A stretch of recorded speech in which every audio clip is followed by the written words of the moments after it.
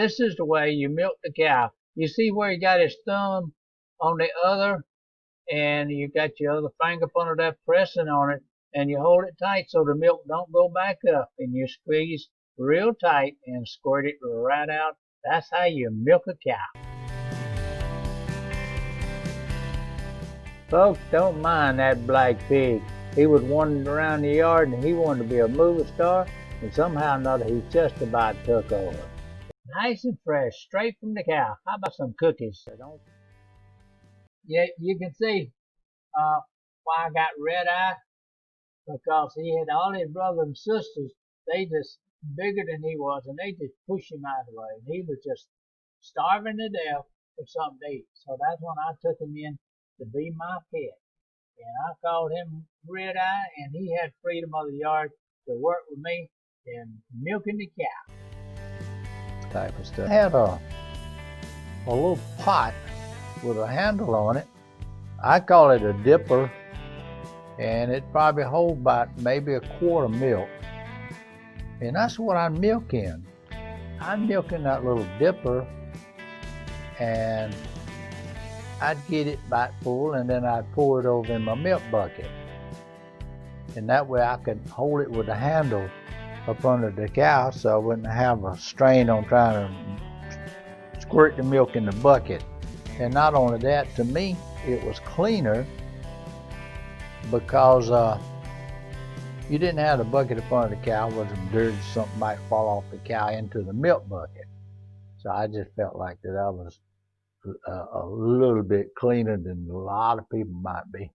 This is Red Eye. He wouldn't take his eyes off of me when I was milking that cow, because he knew he had to watch real closely. If he didn't, he might miss a good drink of milk, because he expected me to give him a little squirt about every 30 seconds if I had time. I just couldn't hardly milk the cow without him standing over there watching to see what a good job I was doing. Ain't that a fine pet to have something like that just hanging around you all the time to make sure you do a good job.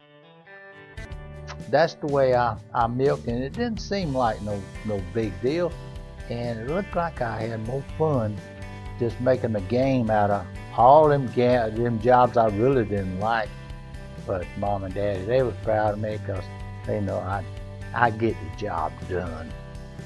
You know, I had somebody that tried to help me milk the cow now. I mean, believe it or not, really. But it wasn't nobody. It was a little pig, and this is Red Eye. He kind of run the yard.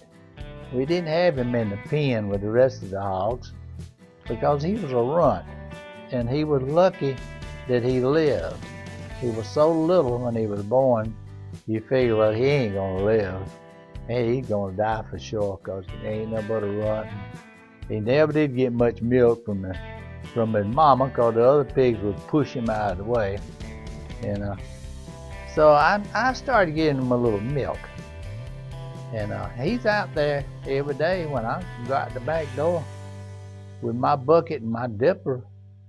He'd see me, and he'd follow me out there where the cow was, because he knew every once in a while when I'm milking, I could take that little squirter and I could squirt it over there and squirt him a little bit in his mouth.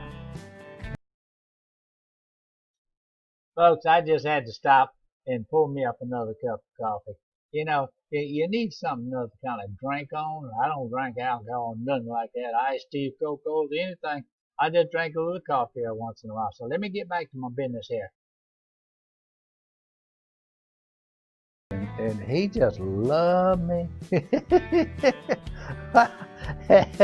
So I really had a friend then, a friend to the end. And believe it or not, I called him Red Eye. Red Eye was his name. And when I go out the door, I'd take my little dipper and I'd bump it on the side of that bucket. And he'd come. I don't know where he was at, but when he heard that noise, he's coming to where I'm at. So we'd go out and milk the cow. And that's what I did when I was growing up along in them. And I was probably well, like I said, about 10 on up to about 14, 15, 16 years old, I milked a cow.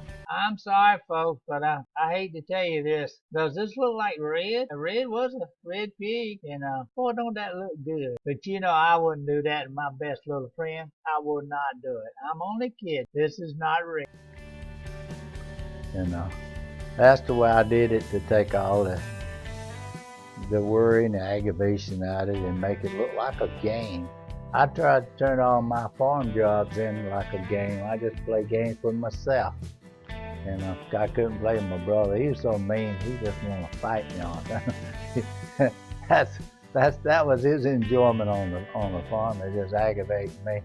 So I had to figure out a way to try to get around him all the time. But that's what I did. That's what they call the milk cow blues.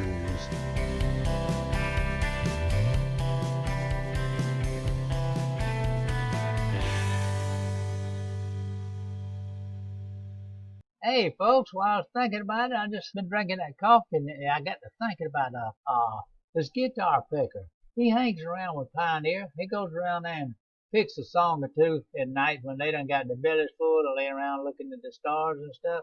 So he's a guitar picker. I just thought I'd tell you about that, so y'all check out Pioneer if you'll get a chance. I'm going to give you more information on him to let you know if he's finding any gold or not. That was one of my #1 jobs. I really miss them days. Since I growed on up and got to be an older person now, I sit around and think about them times, and I really enjoy just thinking about those times, when we thought maybe it was so bad, but really it was really good, because we was on the farm. We wasn't out in that. One thing about the farmland, you live on a farm just like this spot right here. You can get out there and just run and jog and do whatever you want to do all day and just have a jolly good old time. Ain't nothing like the old country life. Rat race every day, like most people are, and like people are today. They just out on that fast lane, going back and forth to work, back and forth. What has they got after the end of all of that? Well, what do you have? And we didn't have anything on the farm, so we didn't really have nothing to lose. We lived in a little shack. The wind was just about to blow it over if it blowed real hard.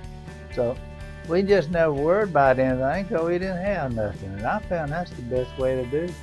If you got anything, don't worry about it. And if you ain't got nothing, the Lord will look out for you, and you will survive. Just be cool and do what you're supposed to do, and try to live right. And just be a good neighbor to everybody if you can.